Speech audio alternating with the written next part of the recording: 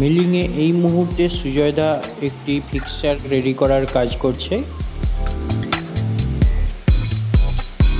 সুজয়দা এখন মিলিংয়ে rectangular টিউবগুলি set করে কাটিংয়ের কাজ করছে।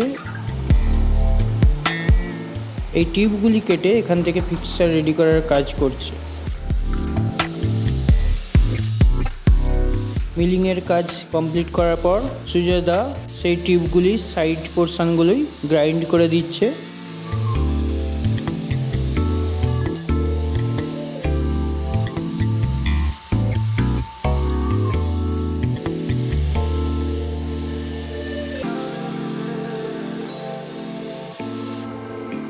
এখন আরিফুল এবং সাইদুল্লাহ একটা মেটালের কাটিং স্ট্রাকচার নিয়ে মেটাল শিটের ওপর মার্কিং করছে।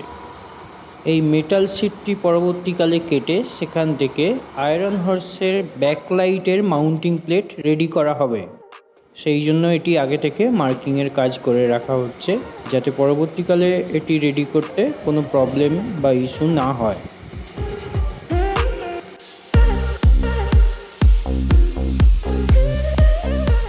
আবু যে আয়রন হর্সের ফিক্সার রেডি করার কাজটি করছিল, সেই ফিক্সারের সাইডের কিছু পোর্শনে গ্রাইন্ডিংয়ের কাজ করছে আবু।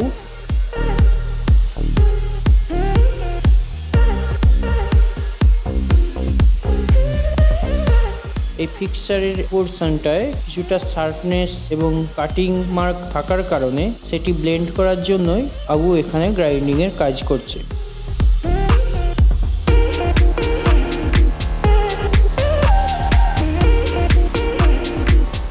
আমরা দেখতে পাচ্ছি আরিফুল এবং সাইদুল্লাহ দুজনে মিলে আয়রন হর্স 2 এর ব্যাকলাইটের মাউন্টিং প্লেটটি ফ্রেমের সাথে ফিক্সড করছে।